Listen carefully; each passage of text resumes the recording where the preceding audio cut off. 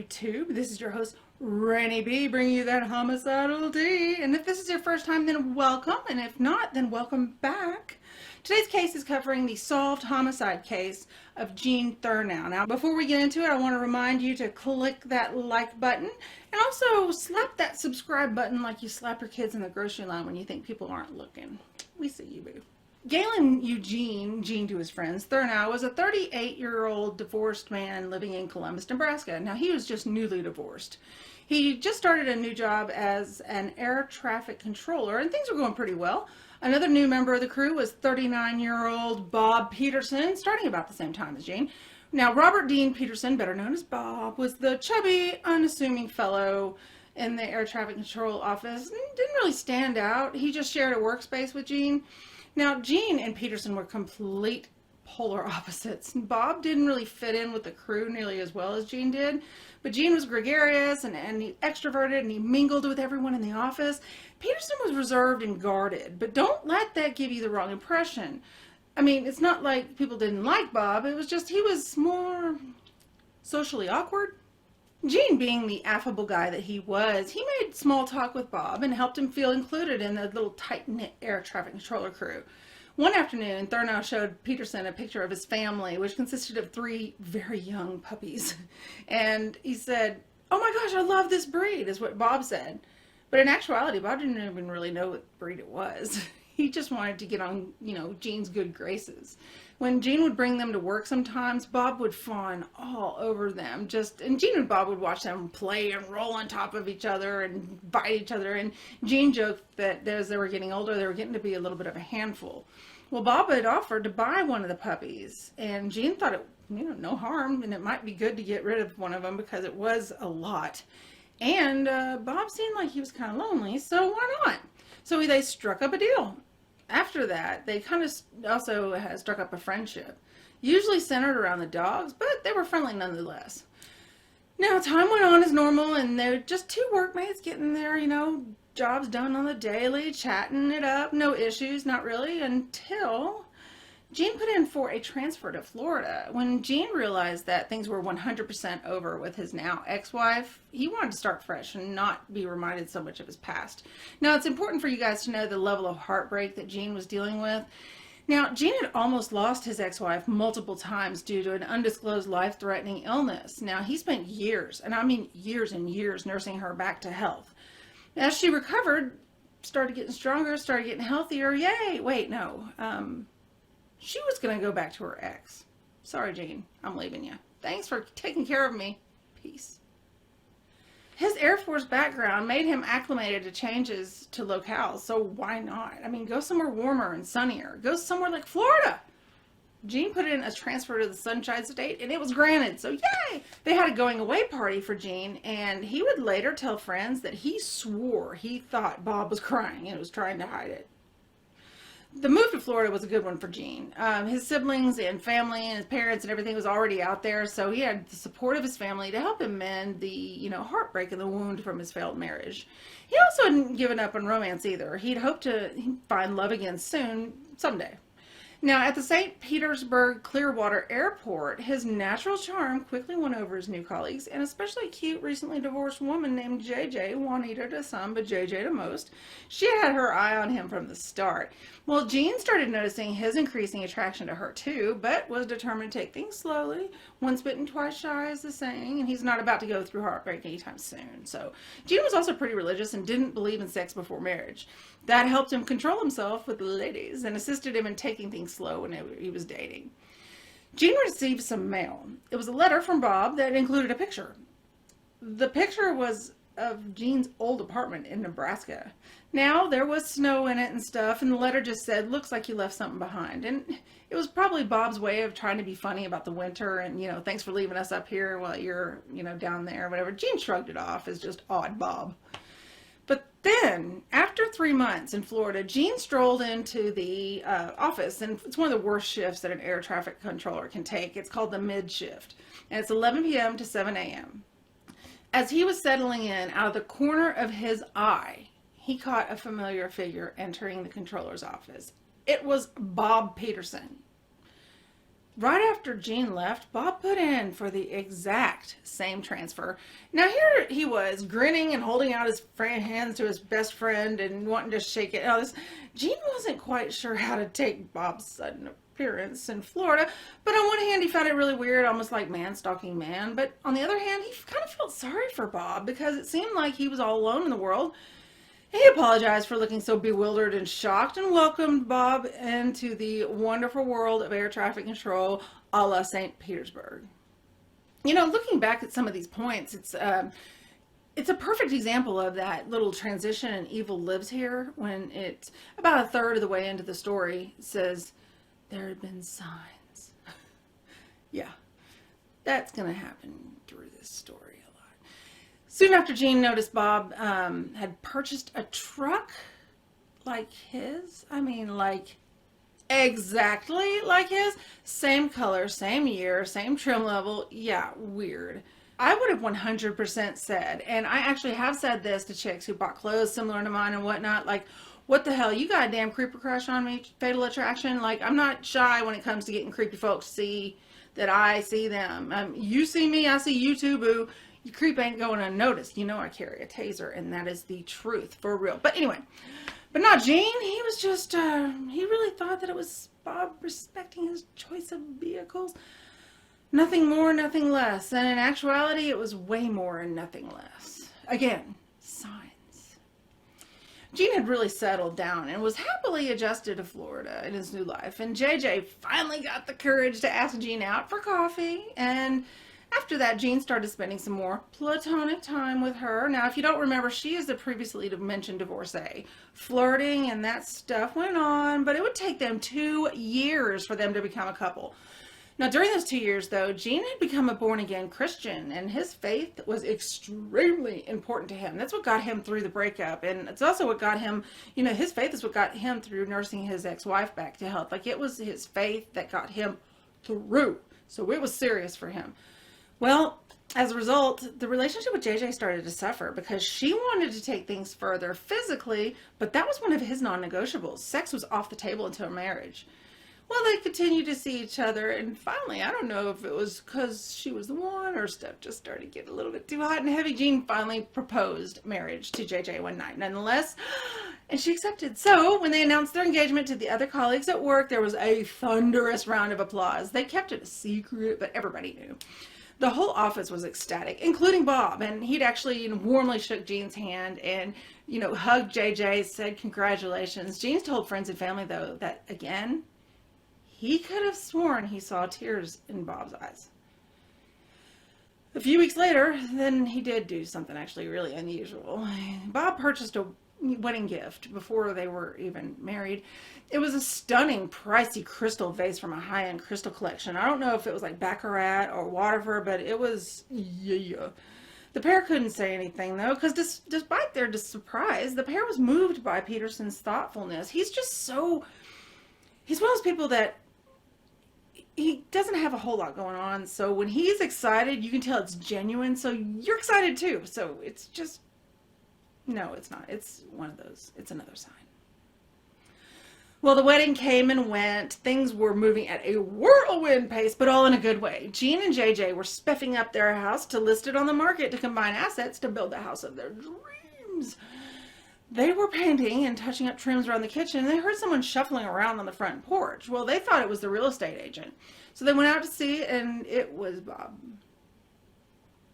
Bob acted completely normal and said that he wanted to see the house because he wanted to maybe put in an offer before they listed it on the market. It was a gorgeous house. It was located in an upscale Ellington, Florida suburb. They were not going to have any problem selling it. Anybody would have loved it. But Bob said it was closer to work. He was looking to move into that area, and then he asked if it would be okay if he made them an offer. Jean and JJ thought about it at first, kind of weird. But then again, they said if they could unload a house quickly, that'd be even better. Bob then asked if he could also take it the way it was, like with all the furniture and all the linens and stuff. What? Linens? Yeah. Signs. Gene and JJ were taken aback, but in Gene fashion, he was understanding and said, I'm sure we can come up with some sort of agreement. Bob had a way, like I said, of explaining off his weird behavior. He went into detail about how he was single, so he didn't have enough things to fill a house that size. And even once he did get furniture, he didn't have decorations. It just wouldn't look good. And he liked it the way it was. So it'd be easier all the way around. It really doesn't sound that crazy when you put it that way. And Gene and JJ could use the extra money. See, they were looking at having a donor contributed egg to JJ and do an in vitro fertilization to start their own family. Gene was absolutely brimming with excitement at the thought of having his own kids. His last wife couldn't have children due to her illness, and Gene had just accepted that. But this was finally now his chance to have his own family. But that wasn't cheap, and it wasn't covered in by insurance, and extra cash could really help out. So I don't know if learning this was the tipping point from Bob, but it's almost like the finality of Gene not being able to be his little best buddy anymore. So yeah, months passed, and finally the house of their dreams was done. Peterson invited himself over for dinner one evening. He explained that I have a moving in gift for you. That would be a housewarming gift. I don't know why I forgot what that word was, but anyway. And they said, that's kind of weird, but okay, we'll take your gift. So, Peterson was Peterson. He was just odd. So they didn't want to hurt his feelings, and they didn't say anything. Say, come on over, Bob. Well, Peterson arrived early, of course, for supper on the scheduled night, and Gene and JJ had other plans later, so they didn't want Peterson to, linger too long. Peterson, on the other hand, argued that he wasn't full, that he wanted more every time there were seconds. And an emptied plate, sure, give me seconds of salad. Entrees, yeah, give me more. Desserts, okay. And then JJ was like, okay, you gotta go. Her and Gene exchanged glances frequently, and then finally, Bob says, I've got a housewarming present for you, and he gave them the box. Now, I bet you're wondering what's in this box. Seems that envy is my sin. Oh, what's in the box? Not till you give me the What's in the fucking box? Well, they unwrapped it. It was elegantly wrapped. It was beautiful. And there was a lovely leather-bound photo album inside with each page featuring a large, glossy photograph of the different stages of construction of their home from the ground up, week by week. JJ couldn't hold it anymore. She was like, you've been following our construction of our house? He's like, oh yeah, I do this at everyone's houses on my way home. You guys know I don't have a lot of friends down here, and sometimes I just like to go for a drive and just see different houses that are being constructed. I hear you guys talk about it at work, and I don't know, I'm just kind of interested in that kind of thing. Again, doesn't seem so weird. Well, at this point, JJ's daughter arrived at the new house, and JJ went with her to go run errands. The errands that her and Gene were supposed to go do, but she was just like, dude, I gotta get out of here. Well, Gene and Peterson, they were alone together. And Bob says, I've got another present for you.